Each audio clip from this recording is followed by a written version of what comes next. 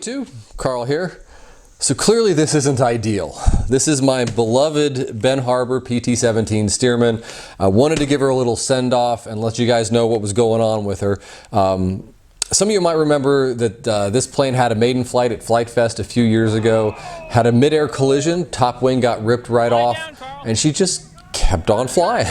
So got her down in a couple of pieces, glued her back together at that event, and she's been flying great ever since. She's just been my absolute favorite plane.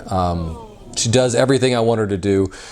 So this situation also happened at a Flite Fest. This time it wasn't a mid-air collision. This time it was radio interference. I suspect it has to do with those oil derricks that are out there, and the Flite Test guys are aware of that now, so that's great. No worries there.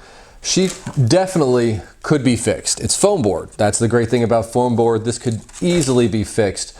But those of you who watch this channel will also know that I've recently come into possession of a 1941 PT-17 Stearman, the actual aircraft, also in the iconic blue and yellow. So I'm still processing that. I can't believe it's real.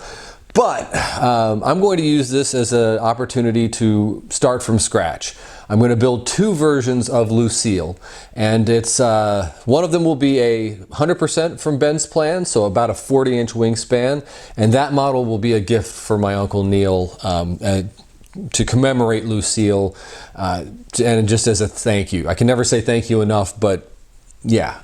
And then the larger 200%, the 80-inch span, will be for taking to RC events to replace this aircraft so I can share it with other folks and enjoy flying it. The only real difference I'm going to do between this one and the larger one is I am going to make the wings removable this time. This one had fixed wings, which was both great and awful.